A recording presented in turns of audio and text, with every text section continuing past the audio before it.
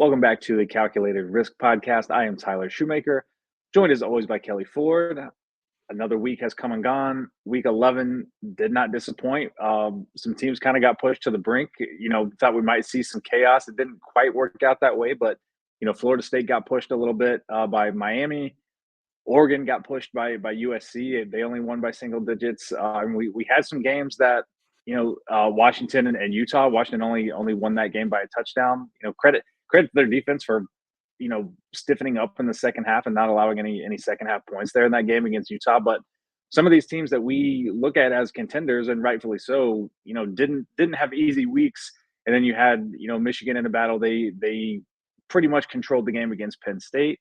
Ohio State dominated Michigan State, in what was basically a one-half game. Georgia, Kelly and I were just talking before we recorded. Georgia's, looks like they might be hitting that gear, so we'll see if they can maintain that as they go to Tennessee this week. But Kelly, what were your initial takeaways from week 11? Similar to yours, Tyler, survive and advance. It's a basketball term that we use in March Madness every year, but that's kind of what it felt like as I went to bed Saturday night. You talked about a lot of these contenders, a lot of these teams ranked near the top of the committee's rankings. They were tested, they were pushed. They were games in the fourth quarter against unranked teams, against teams that they were heavily favored over. Some rivalry games in there too, so that adds an element to the mix. But for the most part, they got the job done. And for me, Tyler, the biggest takeaways, the two highest rated games in terms of my watchability scores, it was Michigan, Penn State, and it was Georgia, Ole Miss. So those are two top 10 matchups by the committee's rankings, two top 15 matchups by my power ratings. And, the two teams that were favored in those games, the two teams that are up there for the playoff committee, they got the job done and they looked really good doing it. And they're getting now bumps in my power ratings and resume rankings for what those two teams accomplished that I know we're going to get into. But to me, those were the main themes: survive and advance. And we were waiting to see Michigan and Georgia play a highly power rated opponent. They both passed the test, and they did it pretty convincingly. Yeah, and from the Georgia standpoint too, not only did they look awesome, but they beat Missouri by 9 last week, and then Missouri put it on Tennessee. So Georgia kind of got it. We talk about just how the ratings work and who you played before, how they perform also matters. So Georgia kind of got it from both ways. So they jumped up quite a bit here for both of us. So with that, let's get into our updated power ratings after week 11. So Kelly, I haven't really got to look at yours, so we're going to do this live on the show. So we both still have Michigan number one. We have the same top three: Michigan, Ohio State, Oregon. But I have Oregon 2 and Ohio State 3. You have that flipped, but pretty close in terms of their rating. At least for Oregon, we almost have them rated identically. Ohio State, I'm just a little bit lower than you are, but we'll get into this Georgia thing because we were just talking about this before we recorded, and I said Georgia reminds me of 2019 LSU from like a power rating standpoint, because we know what they're capable of when they really flip the switch and turn it on. But the problem is staying true to consistency with our models. We don't want to manually manipulate the data, and their data just doesn't say that they should be rated as highly as I personally think they probably should be. So it's quite the conundrum here from a rating standpoint, putting out projections, knowing that people are using my projections to bet. I know that Georgia probably should be higher, but the problem is no matter which way you slice the numbers, all the metrics that I factor into my numbers, none of those say that Georgia should be, a top 1, 2, or 3 team. So it makes it very tough when these type of teams come along that have this crazy high ceiling that just don't necessarily consistently perform that way. So that's kind of my big thinking point this week is like, what do you do with teams like that? Kelly, what are your thoughts here on Georgia, how they looked and how you view them, through the lens of the model? Yeah, I agree with you, Tyler. You can't make the subjective manual adjustments to the model. I mean, that invalidates and undermines everything that we're trying to do with an objectivity of the model. So I also agree with you, though, that you can look at it and say, hey, you know what? If I'm betting this or if I'm looking at this like myself, like Tyler Shoemaker, as Kelly Ford outside of the models, yeah, this is a team that I would have higher, but the model is what it is. It's proven to be successful, and you're going to trust it as a starting point, and you can make your subjective adjustments as a viewer, as a fan, as someone who watches college football. But the model is the model, and that's what it comes out to. So I agree with you on all those fronts. The thing that, and I'm pretty comfortable with where I have Georgia. They're up to number 4 for me this week. It's the highest they've been in quite some time. Again, they started the year number 1 for me in the power rating and fell to as low as I want to say 10 or 11. So they're up to number 4. I feel decently good about where I have them. Penn State's a team that attracted some comments for me this week. People saying, can't take this seriously. It's invalidated. Penn State's number 5. And I didn't respond to any of those folks. I was proud of myself. I just hit mute and moved on. But the thing that I almost came back with was like, hey, yeah, I'll tell Bill Connolly that it doesn't check, that SP Plus doesn't check out, because I went and checked, and Bill has Penn State number 5 as well. So again, I didn't. I bit my tongue. I hit mute. I moved on with my day, and it was all good. But for me, what's standing out in terms of the top 10, Oklahoma, and I know the TSI has been huge on Oklahoma all year. Even, I had them number 2 for a while there in the power ratings, but not quite the same level of infatuation that TSI had, and you've got them back up to number 5. They're up to number 7 again for me. A really good performance this week, impressive performance this week, moves them back up ahead of Texas. Texas now down to number 10 for me. Washington continues to kind of not impress the model. And from a power rating standpoint, from a resume standpoint, Washington's all good, still in my top 4. We're going to get to that in a minute. But for Washington, from the power rating standpoint, I still have number 13. It's exactly where I had them last week. They've kind of been hanging out outside the top 10 for a few weeks now. So that's a team that I'm keeping an eye on. Louisville's another one, down at number 22. People are going to say, well, they still have a shot at the CFP. And I won't disagree, because they have 1 loss. They're in a Power 5 conference. And if they win out, they'll be a 1-loss Power 5 conference champion. Now, that still might not be good enough this year. In most years, that probably is good enough. This year, it might not be. We'll see. But that's a team that, from a power rating standpoint, the model's just not sold. And we talked about that in the summer and leading into the season too, about how Louisville's schedule set up really nicely for them to potentially make a run with a good record, but not quite be on that same level of elite standard from a power rating standpoint. So those are some of the things that jump out to me. Missouri fans, I know, still aren't happy. Their team's number 19 in the power ratings. They think they should be higher. Kansas State fans, very happy with me. They love seeing their team at number 11. I'm just rolling through my top 30 here and seeing kind of who's been drawing the comments today. TCU still at number 28. People wondering why TCU's in there. But yeah, that's where I am, Tyler. And as always, with the G5 comparison here, I'll just mention, for those not viewing on YouTube, I've got SMU number 23. That's my only G5 in the top 30 for me. Yeah, and I've got, you mentioned Oklahoma. I do have them number 5. You got them number 7, but from a rating standpoint, we're almost. We're 0.2 of a point off where we have them rated. So I feel okay about that. I'm with you on Penn State. I've got them number 4, but they're actually rated lower than you've got them. My ratings are a little more like condensed, I think, than yours. It looks like, and my teams are generally lower and kind of closer together here, but. Yeah, I've got Kansas State number 9. We've been pretty in lockstep on Kansas State here over the last 3 or 4 weeks, I think. Alabama's another team that, like, because of how they looked early in the season compared to how they're playing recently, I know they probably should be power rated higher than 10th with an 18.2 rating. That's 5 points below where you've got them. So that I think you're probably more accurate on Alabama than I am at this point. So that's another one. Alabama and Georgia both are just. I'm kind of like, I know, but the numbers are the numbers, so I'm gonna let it ride. But those are two that, like, again, you always say, like, when I separate the model from Tyler the person, I would have Georgia and Alabama both rated higher. You mentioned SMU. SMU is very interesting. I was just looking at some numbers before we recorded here, and in terms of unadjusted EPA on the defensive side of the ball, there's only, I believe it was 4 teams that had a negative EPA, which is good. And that's Ohio State. It was 5 teams. Ohio State, Michigan, Penn State, Iowa, and SMU are the 5 defenses in the country that have an unadjusted negative EPA on the defensive side. So That's just one thing I look at. That's not like make or break, but it is something I take into account. And I thought that was interesting because SMU is a team that, when you think about what they've done over the course of the year, they've killed everyone they should have killed, and they played right with Oklahoma, for all intents and purposes. So I feel pretty good about SMU. We're going to find out more about them this week.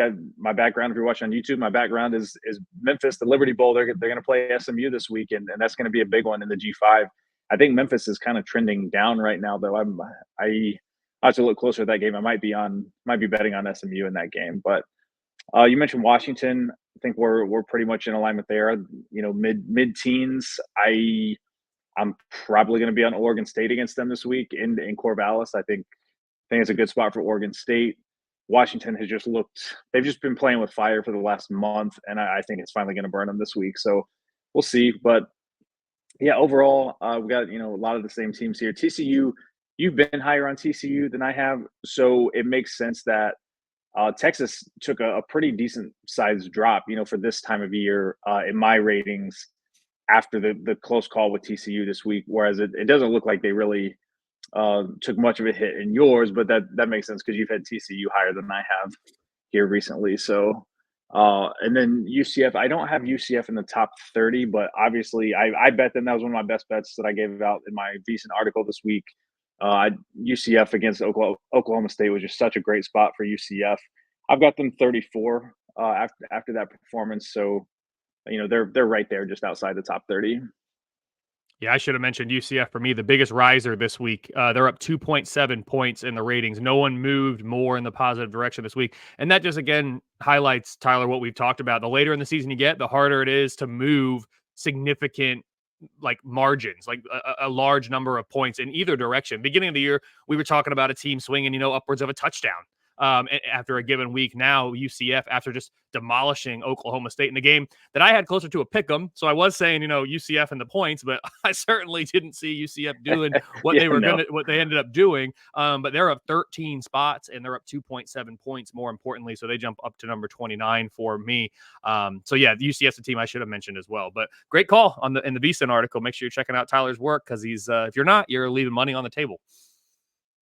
Yeah, thank you. Yeah, it was from a betting standpoint, it was a rough week for me. I think I went 7-9 this week, but that was after an 8-1 week last week, so I knew regression was probably coming. But best bets have been awesome though. My VSiN write ups, definitely. If you're gonna play anything, play my VSiN write ups. They've been really good all year. So that's definitely the best course of action from a betting standpoint. I end up betting higher volume and probably reaching on a couple of games. But I see Texas Tech there, number 30 for you. That was another one of my good calls. I had a lot of bad calls. I was on FIU plus 10.5, and they lost by like 100. So it's not all good, but it's fun, and the numbers steer us in the right direction more often than not. But Kelly, I think that'll wrap us up here from the power rating standpoint. Let's look at our resume most deserving rankings after week 11. So again, I have not seen Kelly's most deserving rankings. This is the first time I'm seeing them, so we're revealing them here live on YouTube. Same top four. Yeah, wow. Ohio State, Michigan, Florida State, Washington, top four for both of us. And then Alabama, Georgia, we both have 5 and 6. I have Georgia 5, Alabama 6.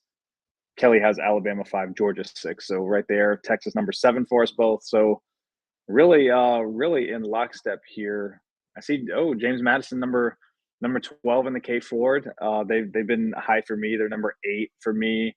Liberty number 9 and Oregon number 10 for me will round out my top 10. And then Kelly's got Oregon number 8, Ole Miss number 9, and Missouri number 10. So yeah, a lot of the same teams here. Obviously, when you're doing when wins and losses actually factor in, you would expect to have a lot of the same teams because there's only so much room you can move with the same record. But yeah, no, this has been fun. I will say, like I said, this is not my primary objective with my numbers, but it has been fun each week to update that and kind of see from like a CFP committee type standpoint how things should look, and then comparing those to what the actual committee does, which has been pretty close again, other than Georgia. But as we mentioned, Georgia, inching their way up there. They're number 5 for me.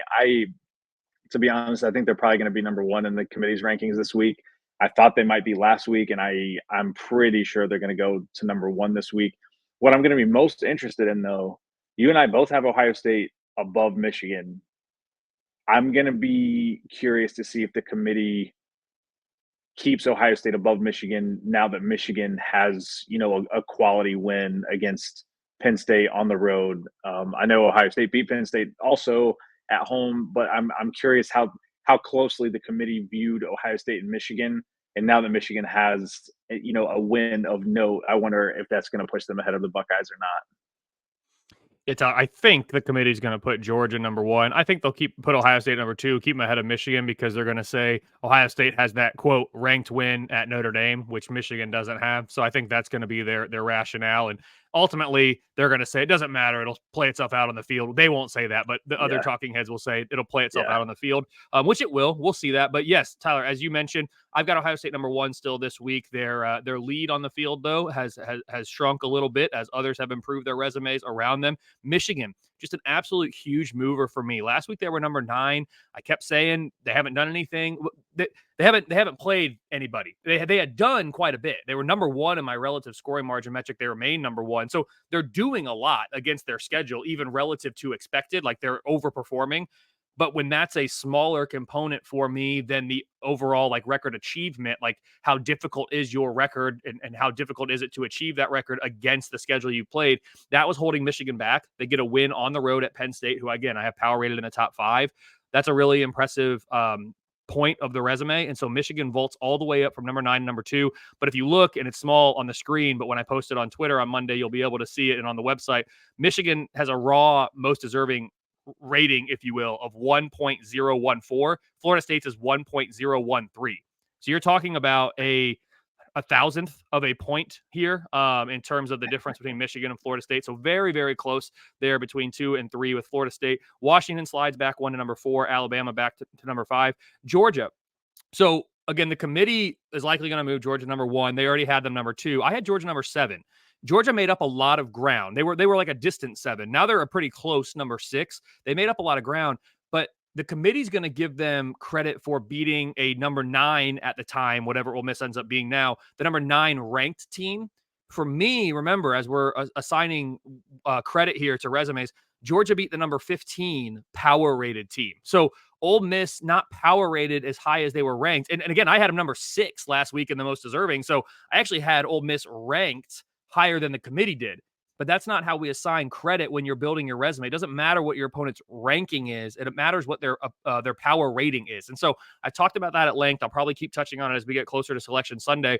But Georgia's up to number 6 for me. Texas, despite the win, falls from number 5 to number 7. Oregon up to number 8. So they're moving in the right direction. And then I've got Ole Miss at 9. So they are now number 9. I'm sure the committee will drop them farther than that because they were 9 last week. And then Missouri's my number 10, as you mentioned. Something that stands out to me, Tyler, about this, you've got James Madison number 8, Liberty number 9. I've got those teams number 12 and number 21 respectively. So just, as I at a glance, it looks like you do value being undefeated, which is totally understandable, more than my most deserving model does, having those teams that have played a little bit lesser schedule and not looked as impressive against it ranked a little bit lower. But again, both of those teams, James Madison number 12, they're actually 11 last week, but they fall one spot this week to number 12, and Liberty's up 2 to number 21. Other G5s that I have kind of in the top 30 here, I've got Tulane at number 26. That's my only other G5 that I have in the top 30. But you said, Tyler, like the resume rankings, it's something that you've enjoyed doing. It's something that you're getting going into. It's not like your primary focus or motivation. It really is mine. And I use the power ratings to do them, but I enjoy this more than anything about the power ratings. The two things I like most about my numbers and the applications of them are the most deserving rankings, the resume rankings, and then also like the season projection. So projecting forward, the chances that a team's going to reach a certain threshold or make a conference championship game. I really don't care as much about the individual game projections. Like this week, I've got, team X favored by 3 over team Y. So I know that's what people care about from a betting standpoint. And so I put it out there, and of course, I'm hoping that those things are as close to accurate as possible so that people using them to bet can make some money. But that's really not my primary motivation. I mean, you need the power ratings to do any of those things. So that's why I spend time on it and try to get it right. But yeah, this to me, this is what I love about it. This is what I like talking about. This is what I like debating, because at the end of the day, that's what college football is. It's about informed, educated debates on who's number one. I mean, that's what it boils down to, and I love being a part of that conversation.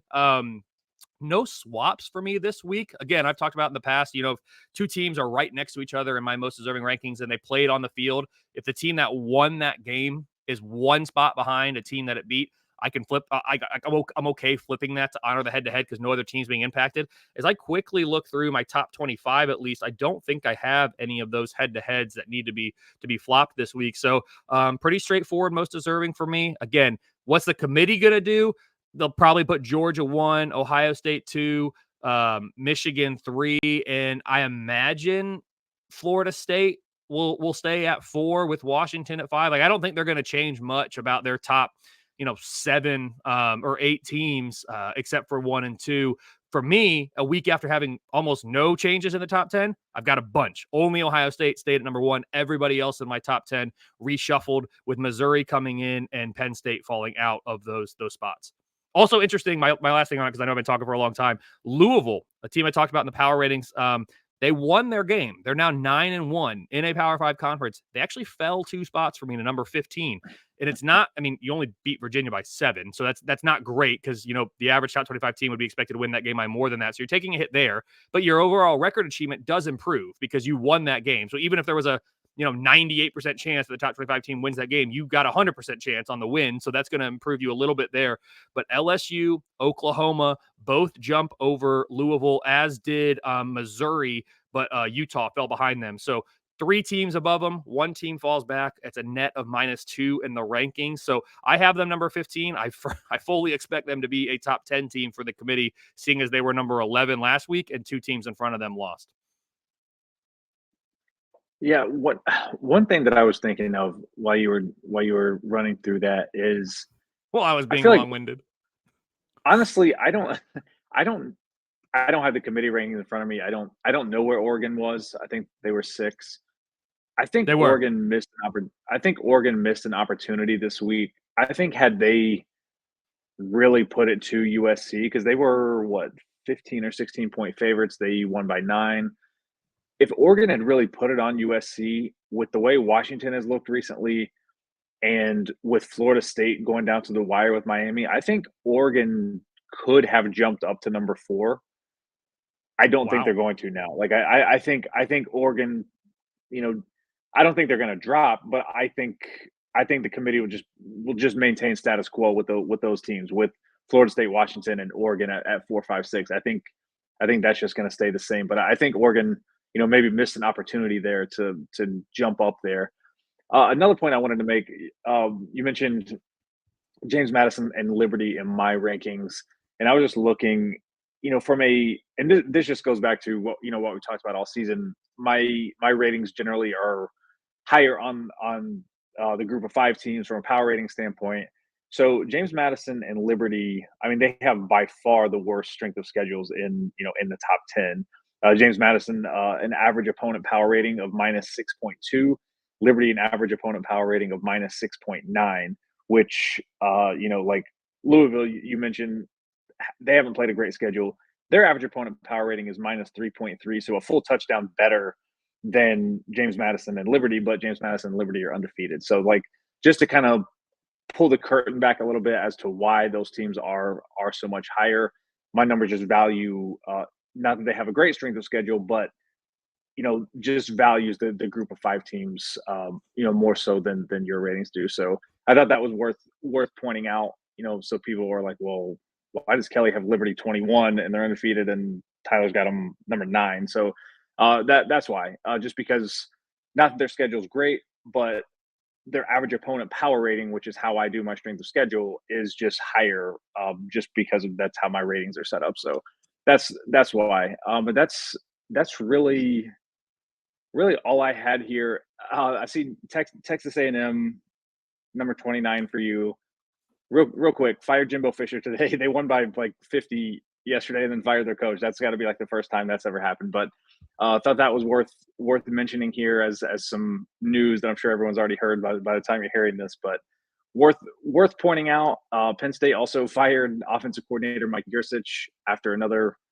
I mean, Michigan controlled the game and credit to them for doing that on the road. if if Penn State had any semblance of an offense, they had opportunities. I felt like in that game to really make Michigan sweat, but they just had nothing offensively. It was kind of a joke. And it was the same story when they played at Ohio State. I mean, they were 0 for 15 on third downs until that final drive against Ohio State. So, Mike Yurcich, I tweeted on Saturday, is Mike Yurcich just offensive Alex Grinch? And then sure enough, now they're both fired. So I said, yes, he is. He must be offensive Alex Grinch. So worth pointing those two firings out here to wrap up this show. Kelly, any final thoughts here? Week 11. Any general college football thoughts before we close? Yeah, I think I forget who said it. Maybe it's been multiple people, but there's a saying out there that's something like what what will be done eventually should be done immediately. Like it's basically saying like if something is going to happen, it needs to happen now. And so if Jimbo Fisher was going to get fired after the season, then I have no problem doing it now. The timing is very, very weird because, like you said, they win by a lot. They're number 14 in my power ratings. They're up this week. They're number 29 in my most deserving rankings. They're up this week. They're the number 2 ranked 4-loss team, right behind Auburn. So not that you're like writing home about that, but you are in my top 30 of the most deserving. And hey, the expectation is higher than number 14 in the power ratings and number 29 in the most deserving. I get that. But it was just the timing did seem strange. Same thing, Penn State, making the move. Like, what's left on your schedule now? I mean, if you were going to make that move, I don't understand why you wouldn't have done it, prior to a couple big tests. But anyway, yeah, all good on those fronts. It's always, I never root for anyone to lose their job. I work in college athletics. I understand how and why it happens, and both those folks will be compensated, and I'm sure we'll land other places in the future. But it'll be interesting to see what those two programs in particular do with those positions moving forward because they are high profile, both those. I mean, head coach at Texas A&M, offensive coordinator at Penn State. Those are big time jobs, and those are opportunities that someone's going to take and hopefully have success with. So we'll see. But yeah, Tyler, I'm excited to see what the committee does on Tuesday night. I know some people, I feel like I take flack for it from some. They're like, why do you pay attention to the committee rankings? They're meaningless. Don't feed into that. Don't they only do this because they get ratings and it takes away from the game. And I don't even like disagree with a lot of those things, but it's like, but then what do we do? Like if you're not going to care about then what do we do? If you love college football and like I'm a regular season guy, I think I made that very, very clear at this point. Like if it was up to me, we would do the regular season. We wouldn't even do conference championships. We would do the regular season and we would have at most a 14 playoff, maybe even back to 2 and just do the BCS national championship game. Like I would minimize the number of postseason games, not bowls, but like postseason playoff games if I could. But the fact is, we have this system. It is in place. Crowning a national champion does matter. And like it or not, where your team is ranked by this group of 13 individuals right now does make a difference. Like if you're a team that's in contention here, you want to know where your team is. And I'm just a fan of the game. So why would I not pay attention? Like I've got 5 TVs, man. I got the rankings on. I got Maction on too. Don't worry. It's not like I'm foregoing Maction so that I can watch the rankings, but it kind of gets under me a little bit because it's like people I respect and like people that I'm friends with that are like, dude, stop watching that. And I'm like, well, okay, but no. So anyway, I'm excited to see what they do. Yeah, I'm excited to see what they do. But we'll see. It'll be interesting. I absolutely love this aspect of it, the most deserving rankings, and we are certainly at that point of the year where it is a major talking point, if not the talking point. So always fun, Tyler. We're gonna have another great week of college football here. Only 2 more weeks in the regular season, man. I know we're gonna break it all down later this week, so it'll be fun. I'm looking forward to it. Yep, we'll be back on Thursday as usual to do our week 12. We've only got 2 full weeks left, like you said. That's crazy. We'll be back to preview week 12. Not a ton of marquee games this week. This is kind of like the SEC FCS Invitational week every year, so not a lot to talk about there. We'll probably get into more G5 games this week if I had to guess. Just taking a quick peek at the slate this week. So we'll get into that. Like I said, we got Memphis SMU. I know for sure we'll talk about that one. But then gearing up for the rivalry week next week, which is always awesome. So looking forward to that. Looking forward to the next 2 weeks. But until next time, for Kelly Ford, I'm Tyler Shoemaker, and that was Calculated Risk.